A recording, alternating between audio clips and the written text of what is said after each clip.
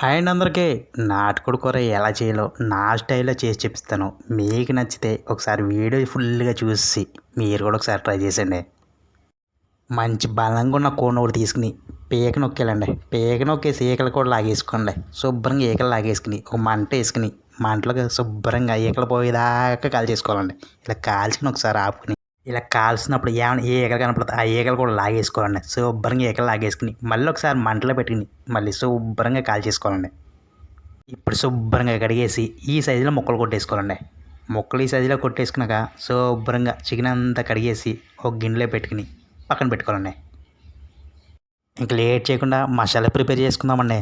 మసాలా కోసం ఇటువంటి బాండీ ఒకటి స్టవ్ మీద పెట్టుకుని ఈ బాండీ హీట్ అయిన తర్వాత ఇందులో 2 చెక్క ముక్కలు వేసుకోవాలండి. దాల్చిన చెక్క ముక్కలండి, అలాగే చిన్న జాపత్రి ముక్క, ఒక 8 లవంగాలు, 8 లాలిక్కాయలు, అలాగే ఇందులో ధనియాలు కూడా యాడ్ చేసుకోవాలండి. ఒక 3 స్పూన్లు ధనియాలు, 3 స్పూన్లు జీలకర్ర కూడా యాడ్ చేసుకోవాలండి. ఇప్పుడు వేసుకుని శుభ్రంగా తిప్పుకోవాలండి. మంట చాలా చిన్నది పెట్టుకోవాలండి. ఇది మాడిపోకుండా అటు ఇటు తిప్పుకుంటూ ఉండాలండి. ఇవి శుభ్రంగా దారుగా వేగిపోయిన తర్వాత ఇవన్నీ ఒక ప్లేట్లో తీసుకుని పక్కన పెట్టుకోవాలండి.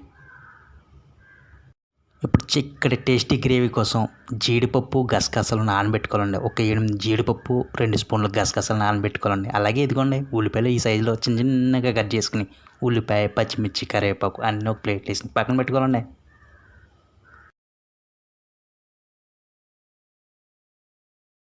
ఇంక లేట్ చేయకుండా కర్రీ స్టార్ట్ చేసేద్దామండి. ముందుగా స్టవ్ వెలిగించుకుని కడాయి పెట్టుకుని కడాయి హీట్ అయిన తర్వాత ఇందులో ఆయిల్ వేసుకోవాలండి.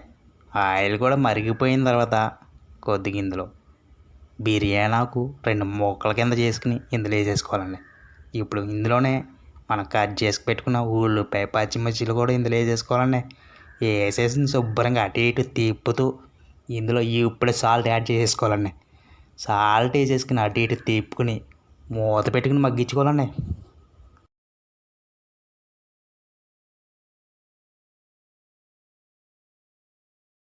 ఈ ఉల్లిపాయలు కొంచెం మగ్గిన తర్వాత ఇందులో అల్లం వెల్లుల్లి పేస్ట్ వేసేసుకుని పచ్చి వాసన పోయేదాకా వేయించేసుకోవాలండి ఇందులోనే. అలాగే ఇందులో కొంచెం పసుపు కూడా వేసేసుకోవాలండి.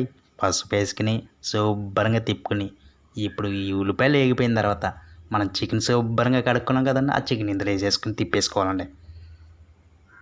ఈ చికెన్ శుభ్రంగా మగ్గే వరకు మనం మూత పెట్టేసుకుని మనం ఇప్పుడు మసాలా నూరుకోవాలండి. ముందుగా మసాలా వేయించుకున్నాం కదండి, ఈ మసాలాలో శుభ్రంగా మిక్సీ ఆడేసుకుని ఇలా పొడుగు కింద చేసి పెట్టేసుకోవాలండి పక్కన. ఇప్పుడు చికెన్ మూత తీసి చూస్తే ఇలా వాటర్, చికెన్లో ఉన్న వాటర్ అంతా ఇలా బయటకు వచ్చేస్తాయండి. ఈ వాటర్ అంతా వచ్చిన తర్వాత చికెన్ అటు ఇటు తిప్పేసుకోవాలండి శుభ్రంగా.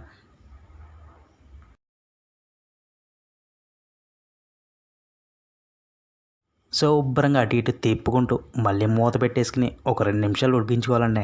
2 నిమిషాల తర్వాత మూత తీసి ఇందులో కారం వేసుకోవాలండి. కొంచెం కారం ఎక్కువ వేసుకోవాలండి. నాటుకోళ్ళలో కారం ఎక్కువ ఉంటే చాలా బాగుంటుందండి.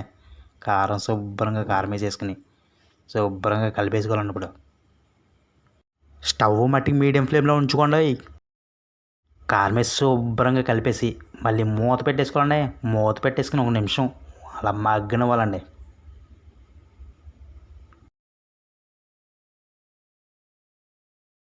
1 నిమిషం తర్వాత మూత తీసి మళ్ళీ ఒకసారి అటు ఇటు కలిపేసుకుని మనం ముందుగా జీడిపప్పు, గసగసాలు పేస్ట్ ఆడి పక్కన పెట్టుకున్నాం కదండి, ఆ పేస్ట్ ఇందులో యాడ్ చేసేసుకోవాలండి. ఈ పేస్ట్ కూడా యాడ్ చేసేసుకోవాలండి. అటు ఇటు శుభ్రంగా కలిపేసుకోవాలండి. ఈ పేస్ట్ అంతా ఇందులో వేసేసి శుభ్రం కలిపేసిన తర్వాత ఇందులోనే కొంచెం వాటర్ వేసి కడిగేసి ఇందులో వేసేయాలండి.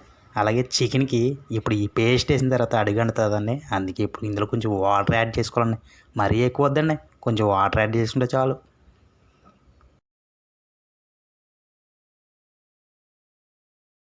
ఈ వాటర్ యాడ్ చేసేసిన తర్వాత కూడా ఒకసారి తిప్పేసుకునండి, మూత పెట్టేసుకుని ఒక 5-6 నిమిషాలు మగ్గించుకోవాలండి శుభ్రంగా. మధ్యలో ఒకసారి మూత తీసి ఇలా కలిపేసుకుంటూ ఉండాలండి. లేదంటే కింద అడుగంట అవుతుందండి. మర్చిపోకుండా మధ్యలో మూత తీసుకుని ఒకసారి కలుపుకొని మళ్ళీ మూత పెట్టేసుకోండి. ఇప్పుడు మళ్ళీ ఒకసారి మూత తీసి చూడండి, ఇలా ఆయిల్ పైకి తేలుతుందండి. ఇప్పుడు ఇందులో మనం నూరుకున్న మసాలా అంతా యాడ్ చేసేసుకోవాలండి. మసాలా యాడ్ చేసేసి శుభ్రంగా కలిపేసుకుని మూత పెట్టేసుకుని 2 నిమిషాలు ఉడికించుకోవాలండి. 2 నిమిషాల తర్వాత మళ్ళీ ఒకసారి కలిపేసుకుని ఇందులో కొత్తిమీర యాడ్ చేసేసుకోవాలండి. కొత్తిమీర వేసేసుకుని స్టవ్ ఆఫ్ చేసేసుకోవాలండి. అంతేనండి, నాటుకోడి కూర రెడీ అయిపోద్ది. ఎంతో సింపుల్గా చేసేసుకోవచ్చుకోండి. మీరు కూడా ఒకసారి ట్రై చేసేయండి. నచ్చితే లైక్ చేయండి, సబ్స్క్రైబ్ చేసుకోండి.